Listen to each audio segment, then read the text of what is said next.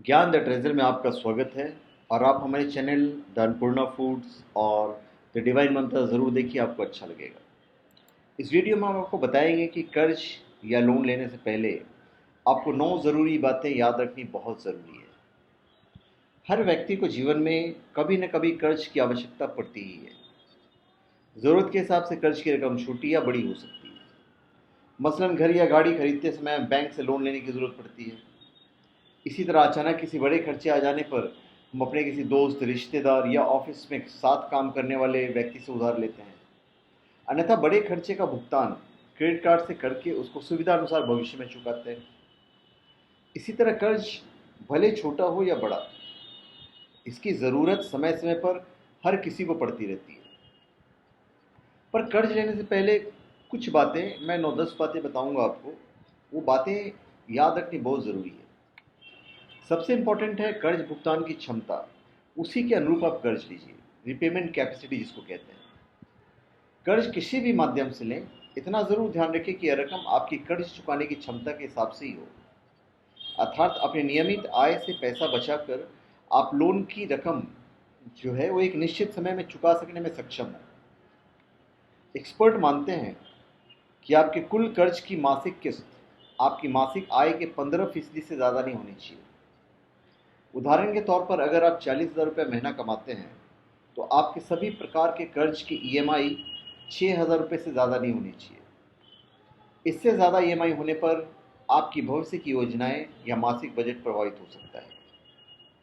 फिर कर्ज कम से कम समयावधि के लिए लें। बहुत कम, जितने कम लिमिटेड के टाइम के लिए लेंगे उतना ही इंटरेस्ट कम पड़ेगा आपको।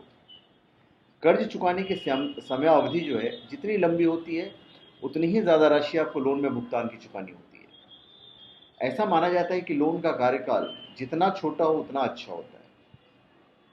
कर्ज चुकाने की समयावधि बढ़ाने पर ईएमआई की राशि तो कम हो जाती है, लेकिन कर्जदाता की ओर से चुकाई जाने वाली कुल रकम बढ़ जाती है।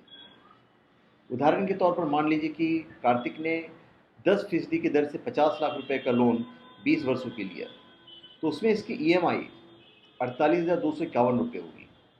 अगर वो अपने ईएमआई 5% सालाना की दर से बढ़ा दे तो ये लोन 12 साल में पूरा हो सकता है।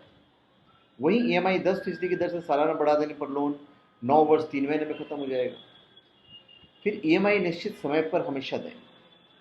इस बात का ज़रूर ध्यान रखें कि कर्ज चाहे छोटे समय के लिए हो, जैसे क्रेडिट कार्ड का बिल, या लंबी अवधि के जैसे होम लोन भुगतान, ये सब आप समय पर करें।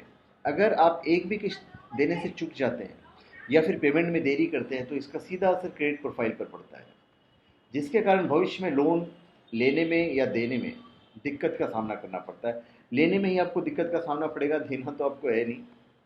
निवेश करने या फिजूल खर्ची के लिए कर्ज कभी नहीं लें। निवेश करने के लिए पैसा उधार न लें।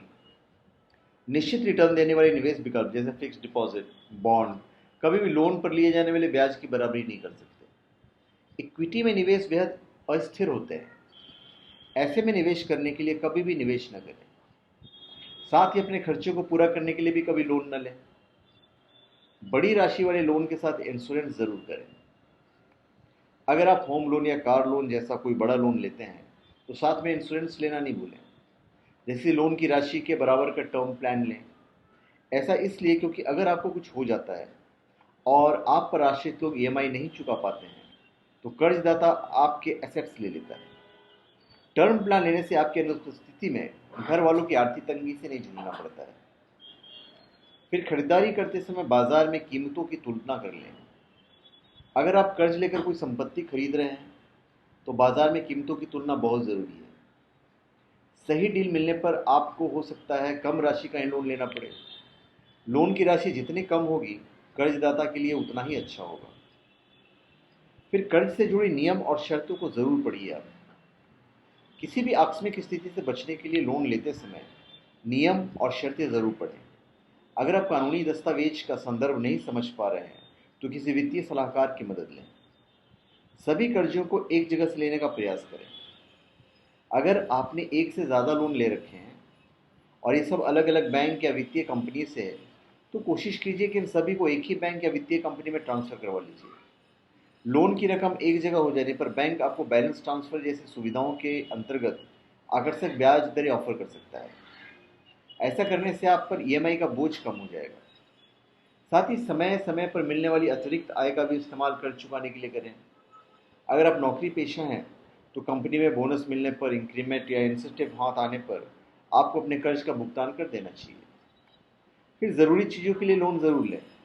भविष्य के लिए की गई योजनाओं को वो प्रभावित नहीं करना चाहिए।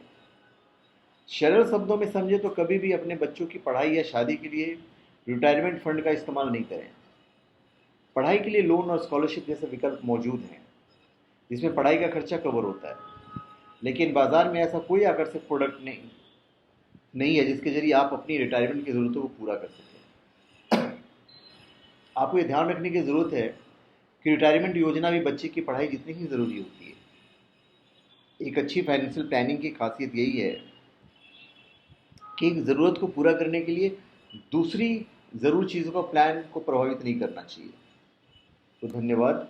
आप हमारे चैनल को सब्सक्राइब करें और अपने कमेंट दीजिए। धन्यवाद।